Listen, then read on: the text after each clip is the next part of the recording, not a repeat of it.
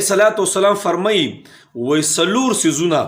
دا به زما په امت کې د جهالت پاتې کیږي. یعنی نبی علیه صلوات والسلام یو قسم لا خطره ظاهر کړې ده چې سلور صفت دا د جهالت دور کې هم زما په امت کې او را روان چې کم وخت دی یعنی د قیامت پورې چې څومره زما امت دی په هغې کې به دا سلور صفتونه دا سلور څیزونه به د جهالت په هغې کې پاتې کیږي. اکو ښځې دي او کو سړي دي ښه نو اوس به کې مونږ ځان وګورو چې بھئی کم یو صفت ما کې دی کم یو صفت زما بچو کې دی کم یو صفت زما ښځه کې دی کم یو صفت زما په کور په خلکو ګاونډیانو کې دی چې زه کوشش وکړم چې هغه لرې کړم لاول د خپل ځان نه لرې کړم. نو مونږ دې وګورو ښه چې هغه څلور خبرې کمې دي او دا مشکات شریف کې حدیث مبارک دی ښه. لاولنی کم یو دی جی چې په عزت کې نه په عزت کې او فکرم او شرف کې ځان لوی حسابول یعنی بس زه خو جی دې خاندان والی یم او زه خو جی دې کس سره مې تعلق دی او زما خو جی ډېر زبردست خاندان دی په دې خاندان باندې ځان لوی حسابول نو په عزت باندې ځان لوی حسابول چې زما خو بس عزت دی په معاشره کې او دی دا به انسان کې لوی پیدا کی لوی لګي چوت کی نو دا صفت څه دی دا صفت دی د جهالت دی ښه. دا نبی اسلام جهالت دور کې هم وی وو او تر قیامت پورې به دا چلیږي. نو یو څه په عزت باندې خپل ځان مغروره کول چې زما خلک عزت کیږي او زما خو بس داسې دومره نه یو صفت دا. دویم صفت دا الله اکبر جی زموږ په پښتنو کې دا بیا ډېر دی ښه کم یو په نسب باندې پیغور ورکول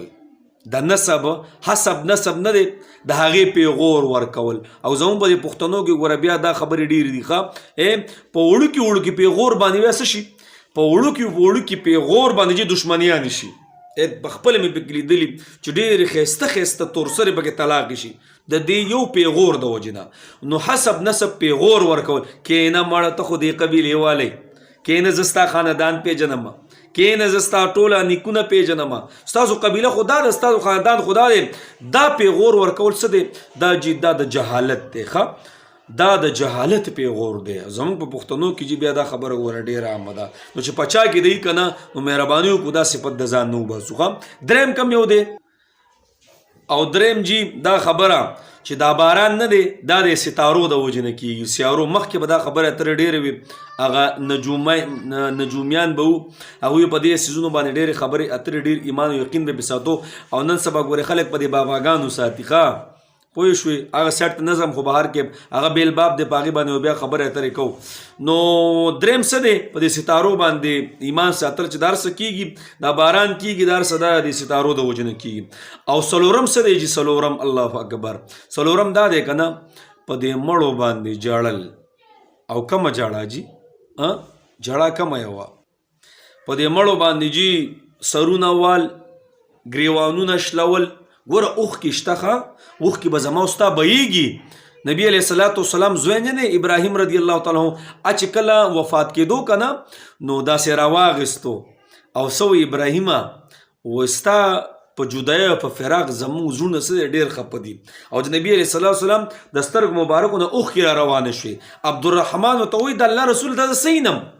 تاسو خو مونږ د ژړا نه منې کوئ او دا خو تاسو ژړا ده. نبي علیه صلات وسلام ورته وفرمیل نه